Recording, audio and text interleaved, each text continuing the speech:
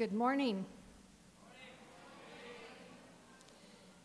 Welcome to our 19th year of studying maps, learning where all the countries, the rivers, the mountains, and a lot of islands are situated around our globe. Where the equator is, and which way is latitude, and which way is longitude. Where some of your families come from, or some still are. Where we may want to visit someday, or we may want to sail sometime in the future. The Docent Guild started this geography program because President Nixon expressed the thought that if you knew where certain countries were located, you might well understand why they do things the way they do, and what might be so different from how we do things. But we know that over the years that due to television and radio and so forth, we've grown a lot more and we've learned a lot more about where these countries are and so forth. But it doesn't help. It does help a lot, but it also does not completely help us understand where they are. So we hope that you will still refer to your maps, learn where these countries are, and in the long run, if you read a little bit more about the countries, you may learn, what their customs are and why they are so different from the way we do them. And besides, isn't it neat when you're watching television or you're reading something in a book or in a newspaper and you see the program or somebody mentions something about Bangladesh, Chad, the Auckland Islands, or that tiny little Luxembourg that's stuffed way up there in the corner. And you can turn to your friends and family and say, I know exactly where that is. Or your family comes to you and say, I've read about this, show me on the map where it is. That's just one more that we have learned. We do want to especially thank the Richard Nixon Foundation and its president, Sandy Quinn, who unfortunately could not be with us today, for their support, both financially and emotionally, in keeping this project alive and well. We hope to continue it for a long, long time, because we, the docents, like to learn too, where all of those countries, rivers, mountains, and islands are. Besides, it helps us keep our brains younger. At this particular time, I would like to have a moment of silence for those people in Boston.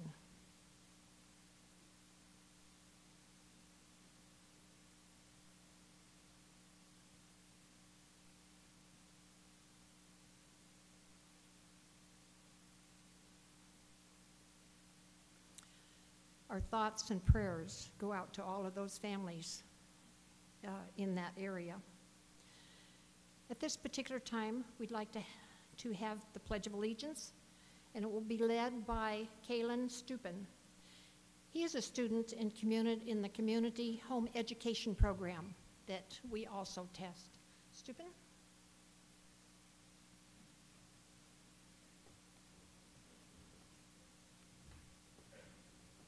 Stand for the Pledge of Allegiance. Face a flag. Put your right hand over your heart and begin. I pledge allegiance to the flag of the United States of America and to the republic for which it stands, one nation, under God, indivisible, with liberty and justice for all.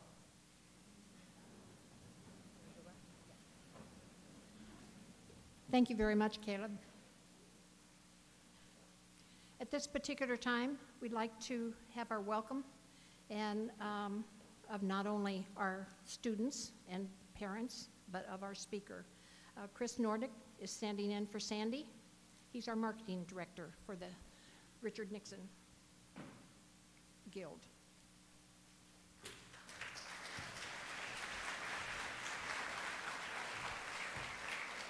Good morning. As Diane said, my name is Chris Nordyke, and I'm Director of Marketing for the Richard Nixon Foundation. Welcome to the East Room.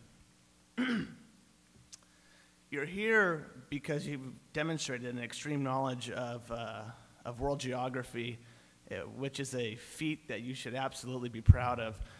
I know your parents are, so give yourselves a good pat on the back. You deserve it. Now, I already gave it away, but who knows what room we're in? The East Room. Does anybody know where that room's at? Where's it at? In the East. How about East Coast? It's the largest room in the White House. The Obamas live directly upstairs, and it's actually got a pretty cool bit of history behind it. It's been the venue for countless high-profile dinners, countless bill signings. 7 presidents had lain in state in this room. And there's actually some funny facts, too. Abigail Adams actually hung her laundry across the East Room. And I don't know if you guys can kind of picture that, but it would be, you know, T-shirts and underwear across this great, beautiful room. Kind of awkward. President Lincoln's son, Tad, actually kept his pet goats in this room. And you know, it's called America's Grand Ballroom, and I think it's sort of a fitting venue for all of you here today for your award ceremony. Now, all of you are going to receive 2 awards from the docents. You'll receive a medallion, and you'll receive a certificate of recognition. Now, what you don't know is that you'll be receiving a 3rd letter of congratulations, and it's actually from our Congressman Ed Royce, who's represented by Ryan Holmes right here. The Congressman reached out and wanted to show his support for the program, which was a very, very nice thing for him to do. So you guys will all be receiving a letter of congratulations from the Congressman. So congratulations on that. I never received one. Speaking of Ryan, and he asked me not to say this, but I have to acknowledge the Docent Guild has done this for 19 years. And a bit of history, Ryan's wife actually participated 16 years ago, was sitting where you guys are at. So it just shows the success that the Docent Guild has had over the years. Now, just one more thing, and I promise I'll get down. You guys are here because you love education. The Nixon Foundation every year does a summer educational program called Meet the Presidents, and we have, not the real presidents, we didn't resurrect them or anything, but we have 5 impersonators come in, and they talk each president's respective program, or respective role in the world during their respective time in office. And I encourage all of you to come. It starts June 18th with President George Washington. He's great. You guys really get a kick out of it. I hope you'll all come back there at 10:30 a.m. and they run every Tuesday. So please come back. Now, enough of my rambling. We've done this for 19 years, and we've had some good speakers. We've had some decent speakers. We've had some great speakers. But today, you get the best. It's a man that I highly respect and one that needs no introduction. Ladies and gentlemen, boys and girls, Colonel Jack Brennan.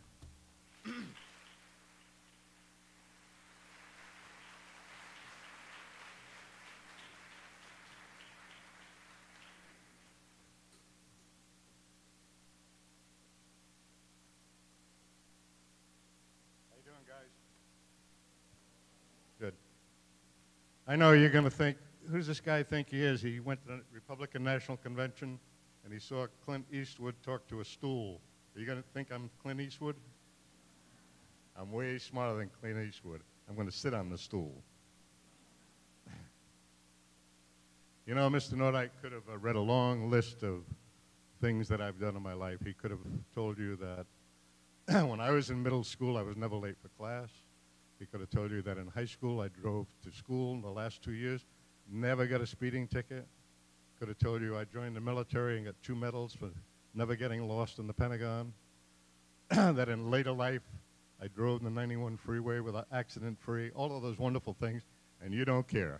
But you're thinking, I know what you're thinking, who is this old dude coming to talk to us? He thinks he's cool. Look at him with a coat and tie. Are you kidding me? He is so yesterday. I know you asked for Nat Ephron, and you got me. Sorry. So, why am I here? Who am I? I'm here. Let's pretend. Let's pretend. Let's pretend that I'm your grandfather. And I'm here at this ceremony because your parents said you got to come and congratulate your grandson or your granddaughter for the wonderful things that they did and what they achieved. What did you achieve? Is it just memorizing where the Nile River is? Is it just thinking about geography in those terms? You're here because you're good. You're here because you're good. Repeat after me. I'm here because I'm good. I'm here because I'm good. Why are you good? How did you get good? How come you're here and that guy who sits next to you in math class is not here? How come? How come? Because of your parents. You've heard this before, and I'm going to now tell you in other terms. There was, in the Middle Ages, a Jesuit priest named Suarez. And Suarez made a statement that was profound in that it was accepted by all of the leaders of the then Catholic Church. And he said, give me a child till he's 7, and I'll give you a bishop. What does that mean? He meant that at age 7 or 8 or 9, in that area, you begin to think for yourself. But until then, someone has to teach you properly, so that when you get to the point where you think for yourself, you're thinking the right way and you're doing the right thing. Who taught you those things from the time? Who taught you to walk? Who taught you to talk? Who taught you to do the right thing? You hear over and over, please, your elbows off the table, don't slurp your food. You hear all of this. They're teaching you every minute. And they make sacrifices. And too often you hear, you don't appreciate it. You don't appreciate it. We make our sacrifices. And you're saying, oh, God, so lame. Yeah. But the truth is, just think of this. Let's compare. Let's have supposing you overheard, your dad comes home from work one night and he says to your mom, guess what? Bill at work has scored 2 tickets to the Angels game Thursday night. He invited me. I can't wait, can't wait. And your mother says, oh, no. Don't you remember anything? Thursday night you have to go to the school play. Your son is in the school play and he's playing the part of a turkey. And it's a Thanksgiving play, and this is important. You have to go to forget the Angels. And your dad starts mumbling. He says, the bad father or the not-so-good father would say, listen, I know he's a turkey. He's going to be a turkey all his life. I can see him as a turkey forever. I'm going to the game.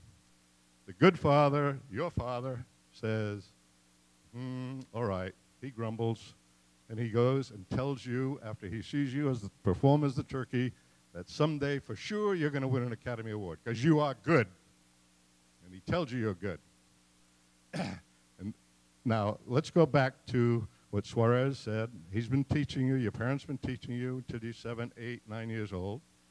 Another thing that I live by, and have always believed, remember that you guys would be in school if you weren't here, wouldn't you? So you don't mind if I give you some school stuff you have to memorize. Remember this. What you grow up with, you learn. What you learn, you practice. What you practice, you become. What you learn, you practice. What you practice, you become. You learned from the age that you were born until the age of reason, 7, 8, 9 years old. All of that is instilled in you. Now let's see if you practice it, because now you're becoming a teen. You're probably all teenagers, 13 or so. Now you're going, what is the definition of a teenager? A teenager usually is someone who doesn't like his parents. A teenager usually thinks they know a hell of a lot more than their parents, that they are so yesterday, they don't know anything. They think that Justin Bieber is a baseball player. So now let's see if it works. Let's see if being raised properly, being taught the right things works. Now you're a teen. They've already had their 7, 8, 9 years to teach you. Now you're on your own. You can do it. They don't know anything. And then you'll be tested. And I'm going to be a little bit crude when I say sometime in your teens and high school you'll be tested. And the question will be, would you do the right thing? Would you look in the mirror and do the next right thing? You'll be tested, let's say, for example, the boy you really like, who's really cute in high school, he says, hey, come here, look what I got. That's marijuana. Yeah, we're going to try some. And you're thinking, OMG, this is wrong. But if I say no, this guy's never going to talk to me. He's going to think I'm some kind of a geek. So you say, well, okay, here's what the good one, here's what you would do, because you were raised properly, because you know right from wrong. You say, well, okay, but I have to go to the bathroom. And you go in the bathroom and you look in the mirror and you say, what's the right thing to do? I know what the right thing to do is, but I want to see this guy. I've been looking at him all through school. So you go back to the guy and you say, okay.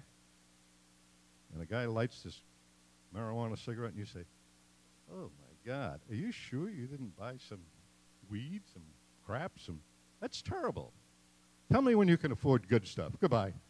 And then you say, I escaped that one. You're still above them. Same thing with a beer. First time they offer you a beer, say, what cheap beer? Call me when you can afford something good, you know? And by the time he can, you're already 21 and you can have a beer with him.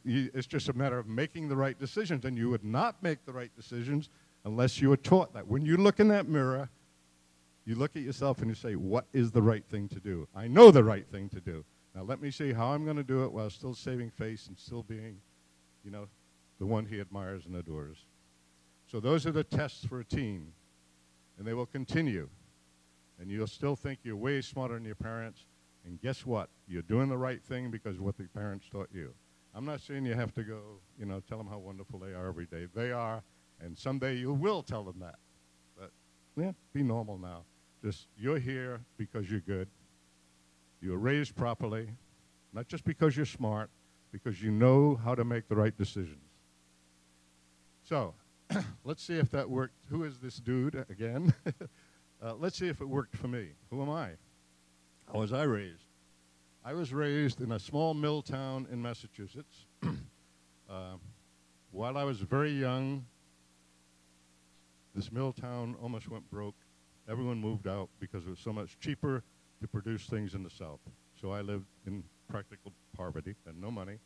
But my mother was home every day when I came home from school. I was taught the right thing. I was disciplined. To escape from that place, I saw all of these ads. See, we'll get a little bit to geography now. In my era, remember I'm your grandfather, in that era, the slogan for the Navy was, join the Navy and see the world. And that's the only way you see the world. For you, it's very, very different. Almost any major corporation you join has offices all over the world. And you could be flying to Tokyo next week and Cairo another week. Where's Cairo? Egypt. Yeah, right, okay.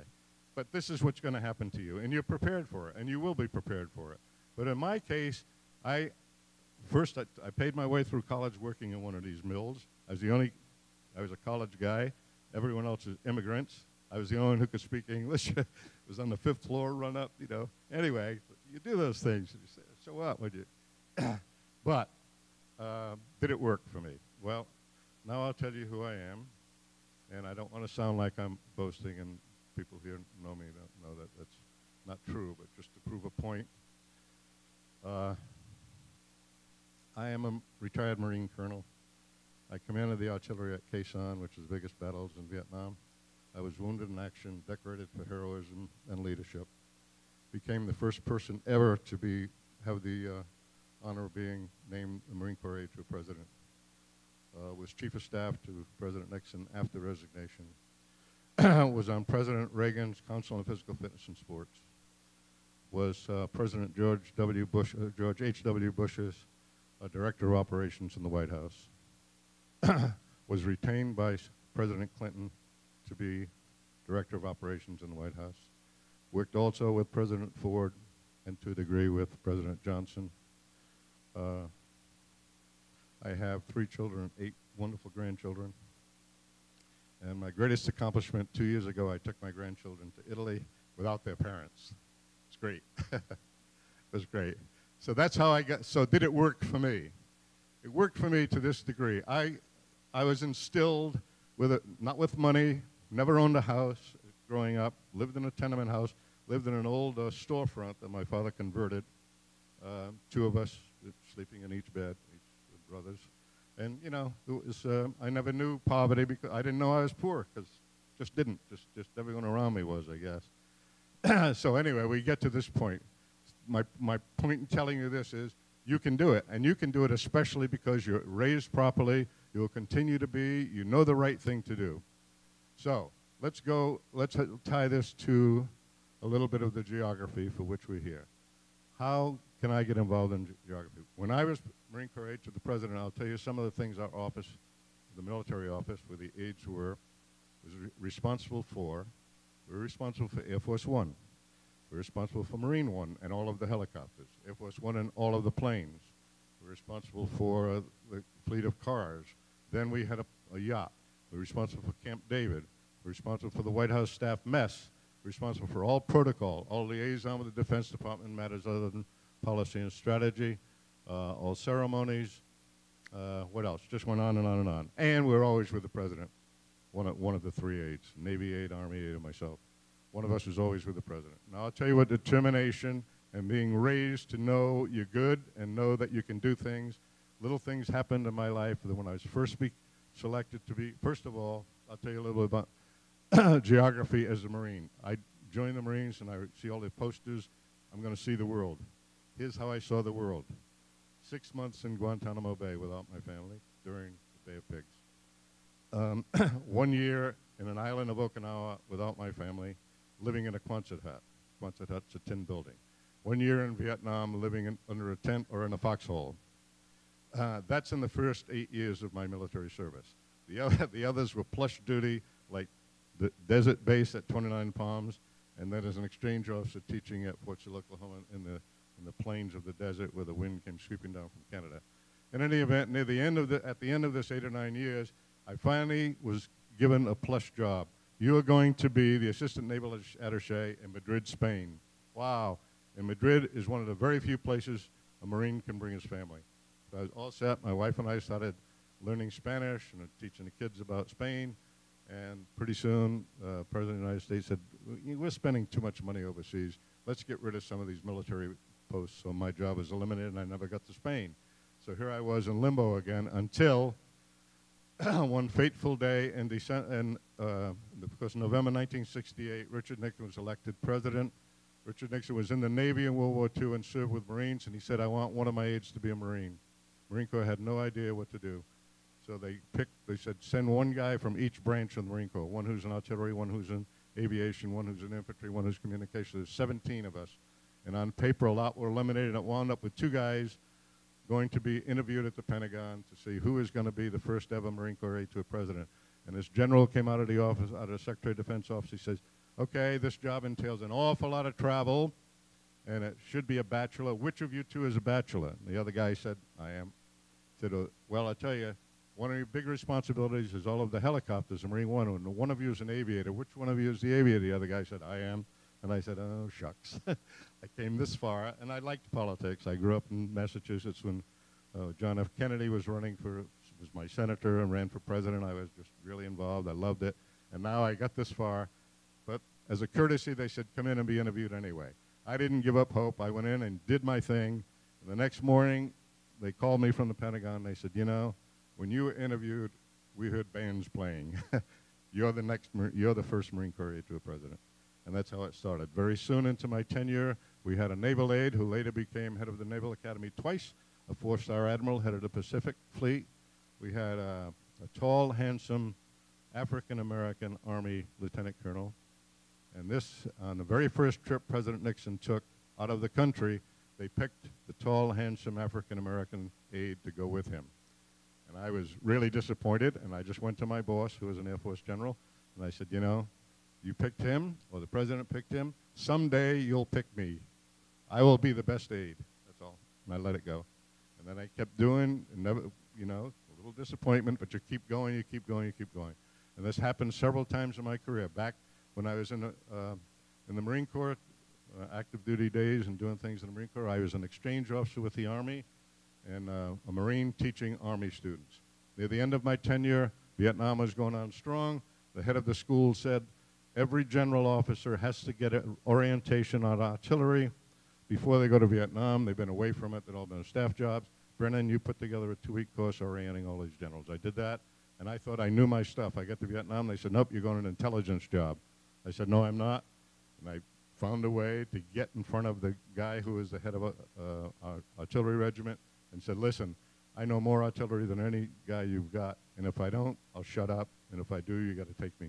And he took me, and a long time later when I was getting shot at every day, I didn't think it was such a good idea. Anyhow, back to the geography of being a Marine Corps aide to a president and traveling to over 80 countries with President Nixon. First of all, some of the things we did with this helicopter, the one that you hopefully have visited or will visit, that was called Marine One, and at that time we also had Army One. This one happens to be the same one that the Army pilot flew from the South Lawn on the day President Nixon resigned. I was on the helicopter with him. I was on Air Force One, the plane with him when we flew here to El Toro on that fateful day, August 9th, 1974. And many other times I was on the helicopter with him when we flew to the pyramids in Egypt. I was on the helicopter with him when we landed at St. Peter's Square in the Vatican. I escorted Mrs. Nixon. We went to a rescue mission in Peru, and we were flying at such high heights we could only have 4 people on the helicopter and no extra weight. I was in Air Force One on the very first trip to China, which we're going to duplicate next week. I was on Air Force One on the very first trip to the Soviet Union. I was on Air Force One on a peculiar time when we were going from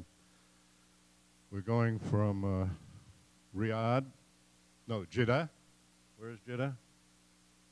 Saudi Arabia, hooray. We'll go from Jeddah, Saudi Arabia to Amman, and Amman is in what country? Amman, Jordan. I don't know. Amman, Jordan, and this very short flight. We're at a low altitude. All of a sudden, Air Force One starts flying, zoom, zoom, up and down. OMG, what is happening here? No, we didn't say OMG in those days.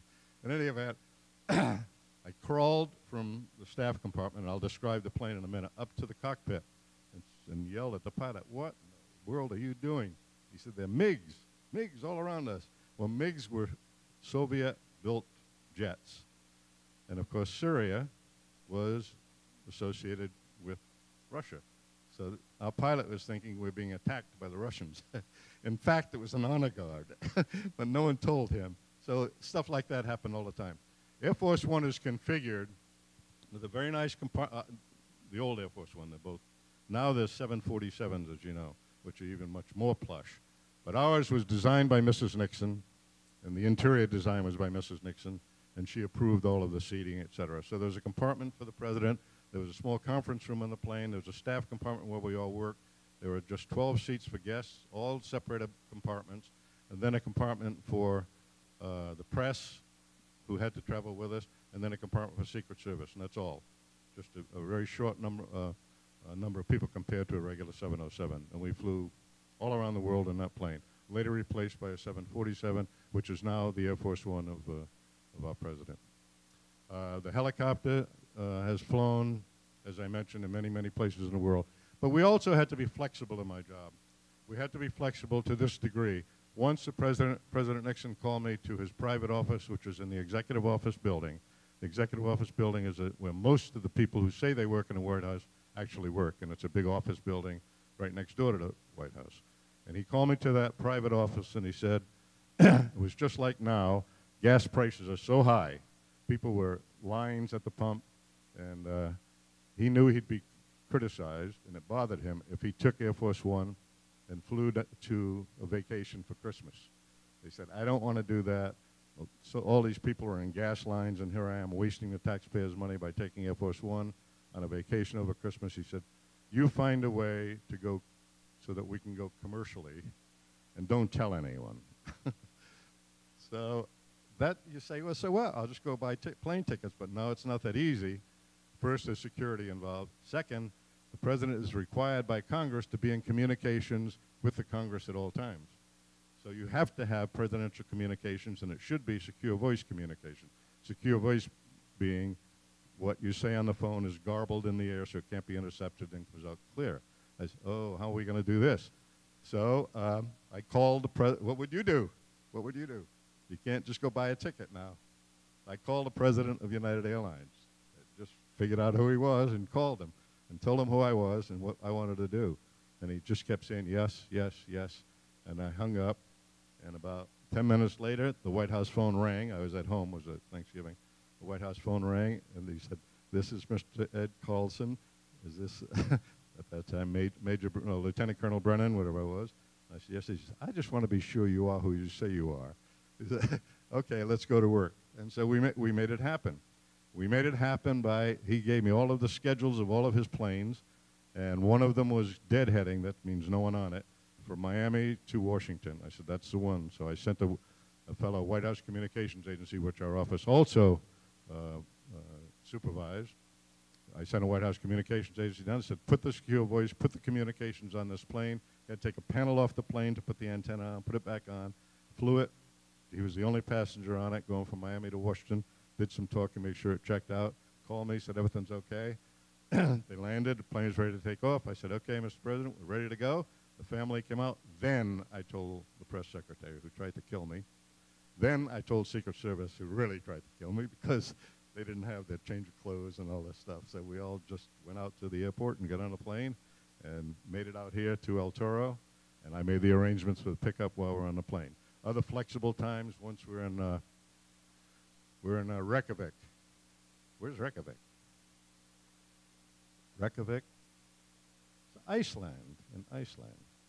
And we're in Iceland, and we're staying at the home of our ambassador. Our ambassador moved out. I stayed at the house. President, Mrs. Nixon stayed at the house. Secret Service guy stayed at the house, and the doctor stayed at the house. During the day, I had a steward. By the way, our office also controlled those people who cooked on trips and ran the White House staff mess, as I mentioned, and performed valet services. So the president was going to dinner. I went with him and dropped him off at the home of the president of Iceland, where he's going to have dinner. I came back to the house, and I told the valet and the cook, "Okay, leave, go back to the hotel. We don't need you. The president's having dinner, and he'll come home and just go to bed." Well, the president of Iceland served a lot of funny food, and the president didn't eat. So he came home and called me, and I'm downstairs in my room, and he said, "Oh, would you have," his butler's name, he said, "would you have him make breakfast for me?" Well, I already sent the guy home, so I became the cook, and I had to cook breakfast for the president. So he never knew, fortunately, or I would be doing cookbooks now. So and anyway, you had to do stuff like that, and always be flexible enough to, when he said, "Let's do that." For example, here's a great one for you historians. Years ago, actually in World War II, they built temporary buildings on the mall. Who can tell me what the mall is in Washington?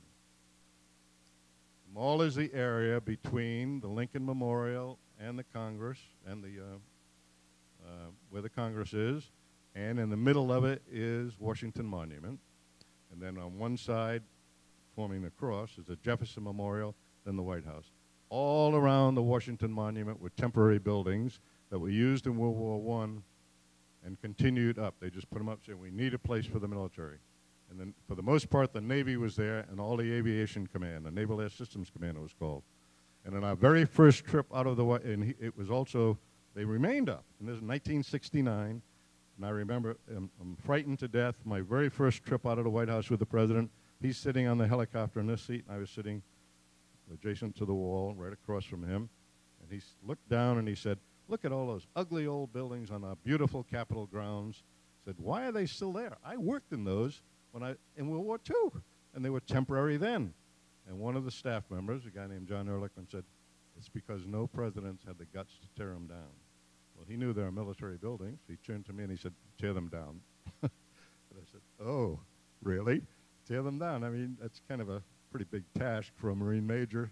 So I came back and immediately, called my boss. And you get the usual bureaucrats in the Pentagon saying, yeah, we'll do it. We're going to come up with a plan. And the president said, "No, I want them down now." So we had the General Services Administration who took care of buildings. One of my friends was the head of public buildings, and he had the guts to put white stones on top of these buildings, and it said 12/31/69. So every time the president went over a helicopter, he said, "What does that mean?" I said, "They'll be down by that time." And we promised him. And we worked and worked and worked. And the very last thing that happened, the buildings were down, and there were so many rats. What are we going to do now? I mean, there's obstacles all the time. You probably have never heard of Admiral Hyman Rickover. Admiral Rickover was the father of the nuclear navy. He's the one who pushed and pushed and pushed for us to have nuclear carriers, et cetera, but a very stubborn, stubborn man, and had much influence in the Congress, and he wouldn't leave. He didn't want to leave his office. Another thing that happened for any of those of you who know Washington, D.C., is practically a new town built on the other side of the river in Washington, D.C., and it was built as a consequence of this, because they went to all of the military guys who were in these temporary buildings, and they had to put them somewhere by 12/31/69. They had to move them. So they went to Crystal City, which is just a new evolving place where Reagan National Airport is.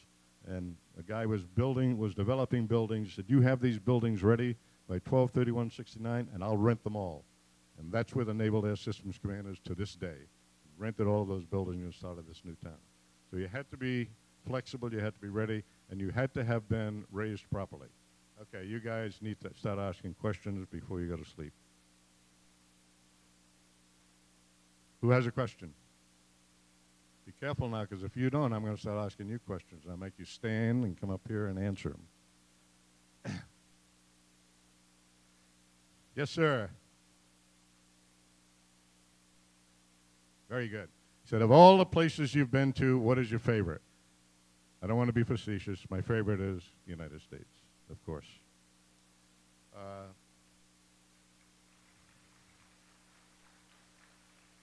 My favorite city in the world is Washington, D.C. I'll get to you 1 second. And I used to say that my favorite overseas city was Salzburg, Austria. And Salzburg because of its incredible beauty and history. It's where the Sound of Music was made. The songs are alive with the sound of music. See, you guys thought I was an old dude. I can sing, too. You think Justin's the only one who can sing? Yes, miss. How many languages? I learned, while traveling, I learned no languages per se. I learned to say hello, goodbye, cold beer. No, in many, many, many languages, from Chinese to Russian. Of course, the Latin languages are easy. If you know Spanish, you can talk in Italian and German. And so I didn't study a language. When I'd go to somewhere, like next week we're going to China, and I'll refresh on, ni hao ma, thank you very much, xie xi, that kind of stuff you learn, and they just smile, and you go on from there. I did learn one thing. Here's a story. I met Chairman Mao Zedong. Who is Mao Zedong? Who is Mao Zedong? Chairman Mao? Very good. He said, did he not establish China as a communist nation? Yes, he did. He started communist China with the Great March. He's revered in China, and the Chinese have 1/4 of the world's population, and everyone just thought he treated him as if he were God. And I show pictures now of when I met Chairman Mao Zedong, I did learn to say in his dialect, there are many dialects in China, many different ways of saying the same thing. And I learned one sentence in his dialect, which is Hunan, which is not from Beijing, then Peking. And I just learned to say, it's a great honor and pleasure to meet you. And he smiled. And just then the cameras clicked, and I have a great picture of President and Mrs. Nixon. Look at that. Who's this? Our aide, who knows how to speak Chinese all of a sudden, and Chairman Mao laughing, because I said that thing. So now I give it to the Chinese guy in a restaurant, and I don't have to give a big tip. That way, just give him a picture. I'm sorry. Yes, sir, young man.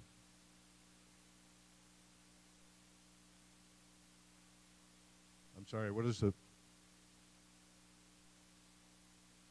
entertainer? The best entertainer?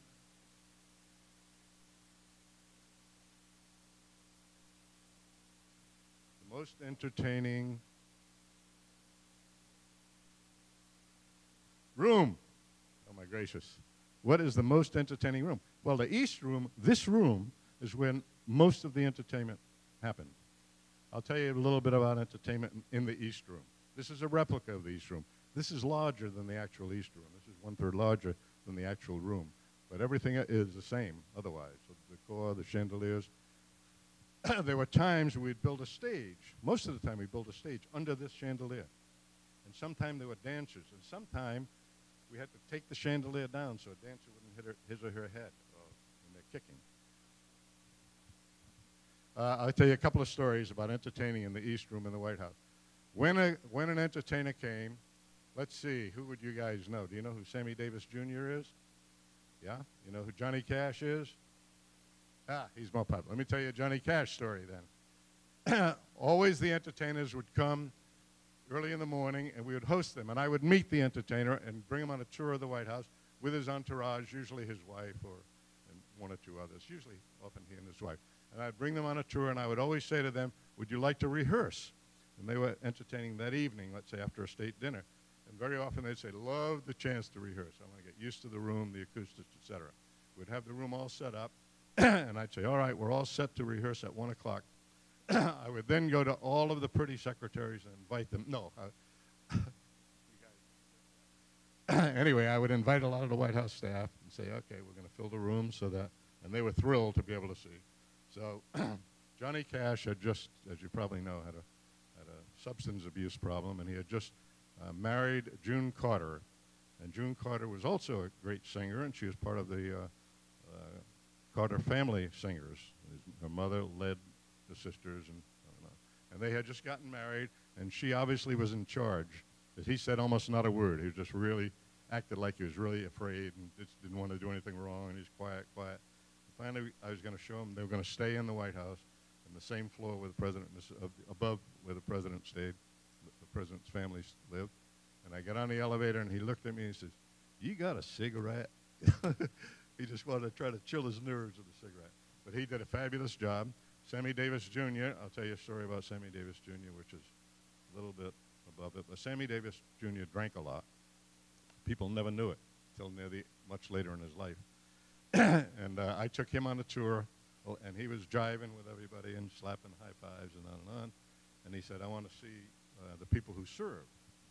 And so we always converted the family dining room, which is dining room off the East Room, small room, converted to a pantry where they would get the hors d'oeuvres and get the drinks and bring them out. I brought Sammy Davis into the pantry, and all of the service was so excited. My gracious, here's our man. And he met them all, and he said, I just want you to remember one thing. I drink Coke I drink gin and Coca-Cola. And they all said, okay, Mr. Davis. And from then on, there was always a guy with a gin and Coca-Cola following him around.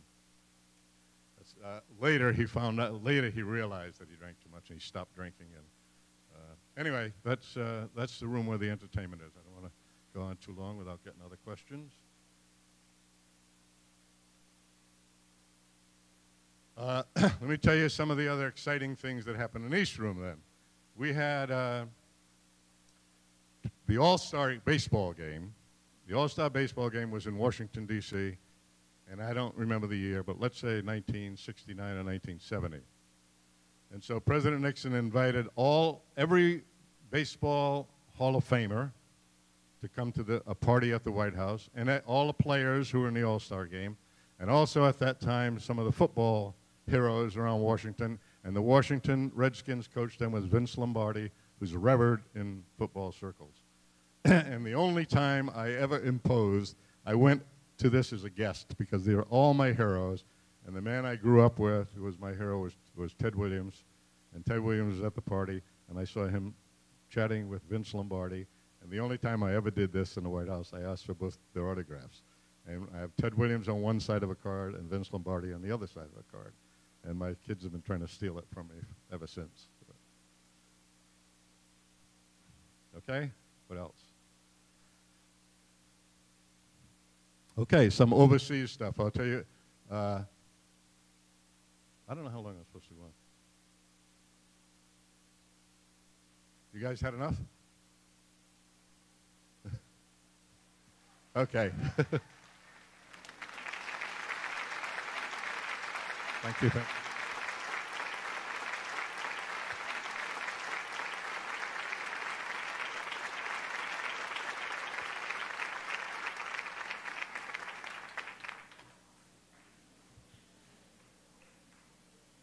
Thank you very much, Colonel Brennan.